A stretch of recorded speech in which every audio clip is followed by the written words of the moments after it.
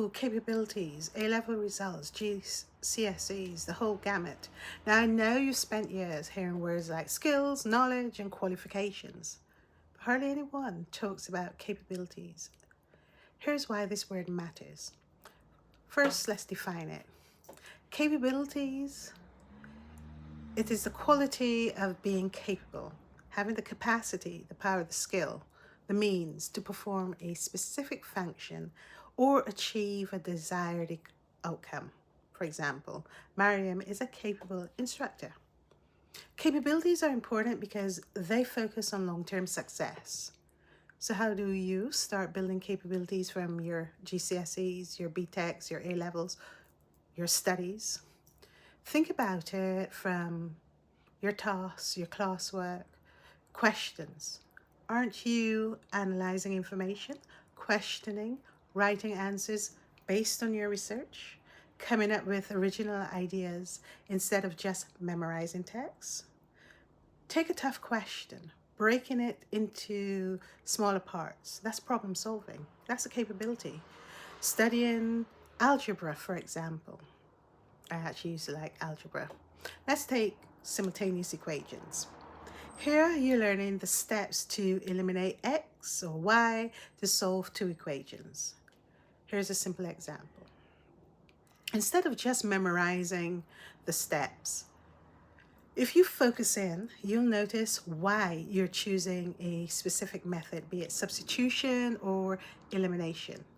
You are actually building a capability. That is to break down complex, multi-layered problems into smaller logical steps. So developing logic and structure. Let's take another example from GCSE English Lit. Let's look at Macbeth.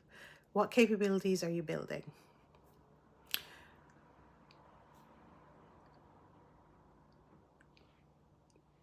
Oops! You know, the guy who met the witches and ended up badly following his power-hungry wife? That guy. Say, for example, you are asked to write an essay on a character and how the character acts, and you're to use quotes to back up your responses. Well, you have to practice stepping outside of your own worldview to understand why someone in this sort of scenario makes bad decisions under pressure. What are you doing? You're practicing perspective taking, analyzing motivation, interpreting behavior, and supporting your judgment with evidence.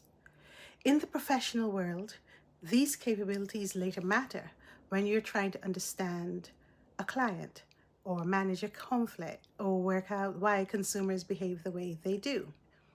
Unfortunately, how curricula for high school are currently written, there is no push for us teachers to explain to you how or what capabilities you may be building in your subjects, but you are building capabilities.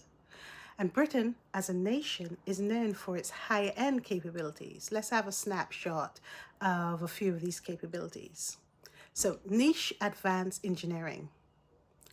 Mass manufacturing has declined significantly in the UK, but Britain still leads in its capabilities in precision and specialized engineering. Services. Britain is one of the world's leading exporters of services, with particular strengths in areas such as finance, professional services, and technology. Let's look at Dubai. The bold vision for the construction of Dubai came from its own leaders. For those of us who haven't been there, we have all heard about the magnificent buildings and cities. But Dubai imported heavily from British services in architecture, engineering, and legal capabilities. The world is changing rapidly, but at the same time, new industries are going to develop beyond 2026. Industries like the green economy and clean tech and biotech and digital health, to name a few, which are already here and expected to grow. So the sooner you start identifying and unlocking the hidden capabilities in your own studies and working on them, the stronger your foundation becomes. You aren't just building tools for today. you are developing capabilities that could become increasingly valuable in the industries and economies of tomorrow.